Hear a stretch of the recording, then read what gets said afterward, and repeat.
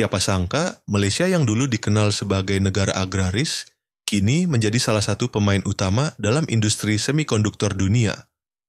Dari pabrik canggih di Penang hingga ekspor miliaran dolar ke Amerika dan Eropa.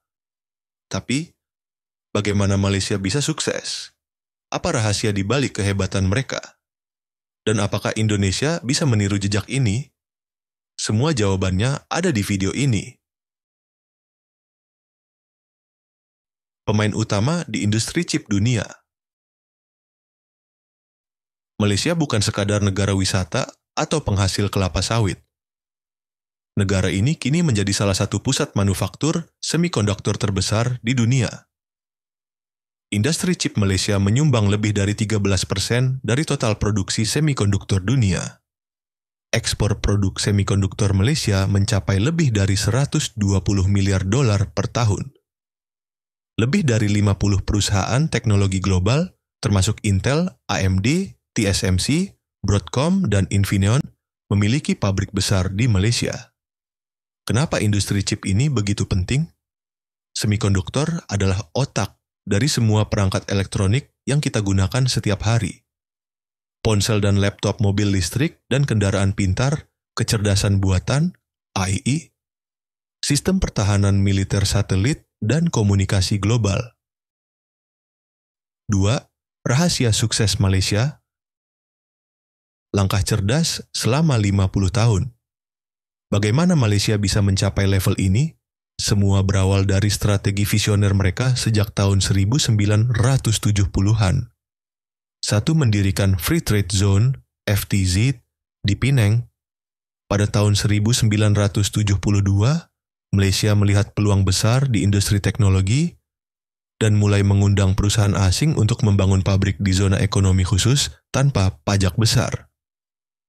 Keputusan ini membuat raksasa teknologi seperti Intel, AMD, dan Motorola tertarik berinvestasi dan menjadikan Malaysia sebagai basis produksi utama mereka di Asia. Penang kini dikenal sebagai Silicon Valley of the East, karena banyaknya pabrik dan pusat riset semikonduktor. 2. Fokus pada tenaga kerja terampil. Malaysia sadar bahwa industri chip membutuhkan SDM yang ahli dalam teknik dan teknologi tinggi. Pemerintah Malaysia mulai membangun universitas teknik dan politeknik, khusus elektronik dan semikonduktor. Hasilnya, insinyur dan teknisi Malaysia kini diakui sebagai tenaga kerja terbaik di industri chip global. Investasi besar-besaran dalam infrastruktur. Malaysia mengembangkan pelabuhan modern, listrik stabil, dan jaringan internet berkecepatan tinggi untuk mendukung industri ini. Dengan infrastruktur yang solid, biaya operasional jadi lebih rendah dan efisiensi produksi meningkat. Kebijakan pro-bisnis dan stabilitas politik. Malaysia menawarkan insentif pajak, regulasi fleksibel, dan lingkungan bisnis yang stabil, sehingga investor merasa aman untuk berinvestasi dalam jangka panjang. Bandingkan dengan negara-negara lain yang sering mengalami perubahan kebijakan yang drastis, Malaysia lebih menarik bagi perusahaan asing. Bagaimana posisi Malaysia dibandingkan negara-negara lain di industri chip?